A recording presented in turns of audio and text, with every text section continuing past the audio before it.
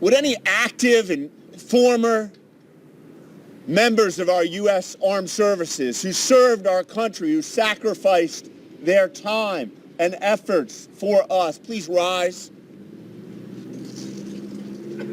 Can we give all these heroes a round of applause?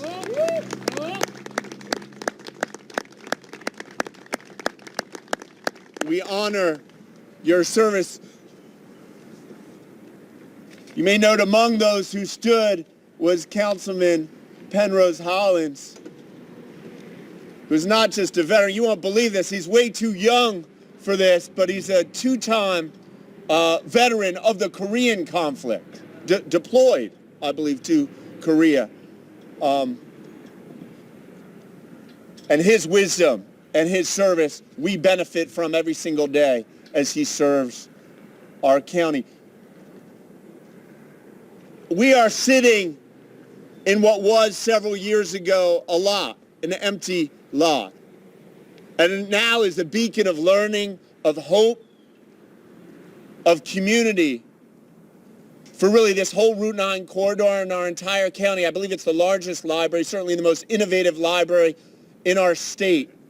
And I wanted to take a minute to honor County Executive Tom Gordon, Councilman Jay Street, Representative Charles Potter, Sam Guy, and others among you whose names I may not know, who without your efforts, dedication, and really sticking your neck out, this institution, this land on which we sit, would not be as it is today. So let's give them a big round of applause. You know, when Rosa Lee came to my team, to Kenny Dunn in my office and said, we need to put a chair of honor in this library, we talked about it. This library is about doing things bigger.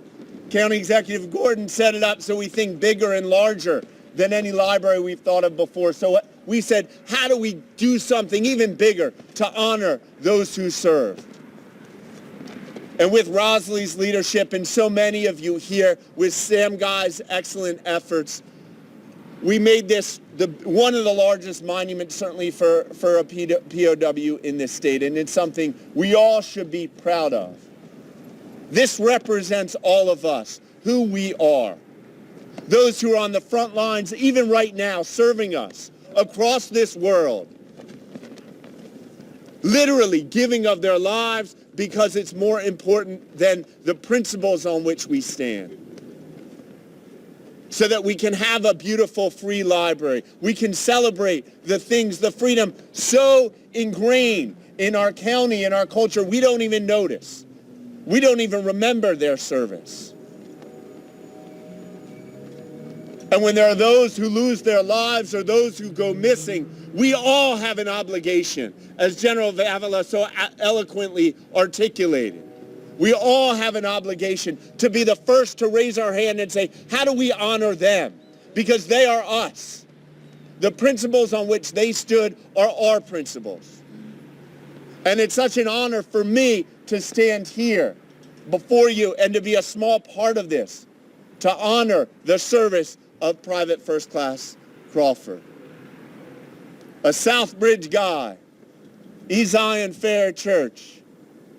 I mean, we see among our neighbors people just like him, who in a different time, with different efforts, could be in that same place, in service to all of us. It's been 59 years. I was joking earlier, we couldn't wait a day longer because it would be too cold to sit out here.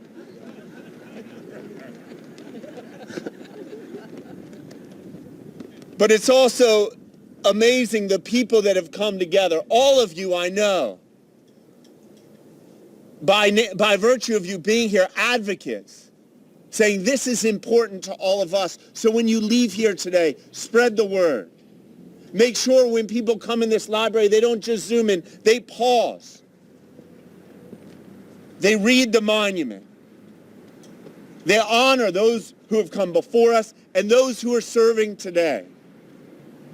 That enable us to go into a library, to work on computers, to play around in a makerspace with 3D printers, because it's on their shoulders that we stand when we enter this facility and we live our lives here in Newcastle County. So thank you so much to Rosa Lee. Thank you to Kenny Dunn in my office, and thank you to so many of you for being here today.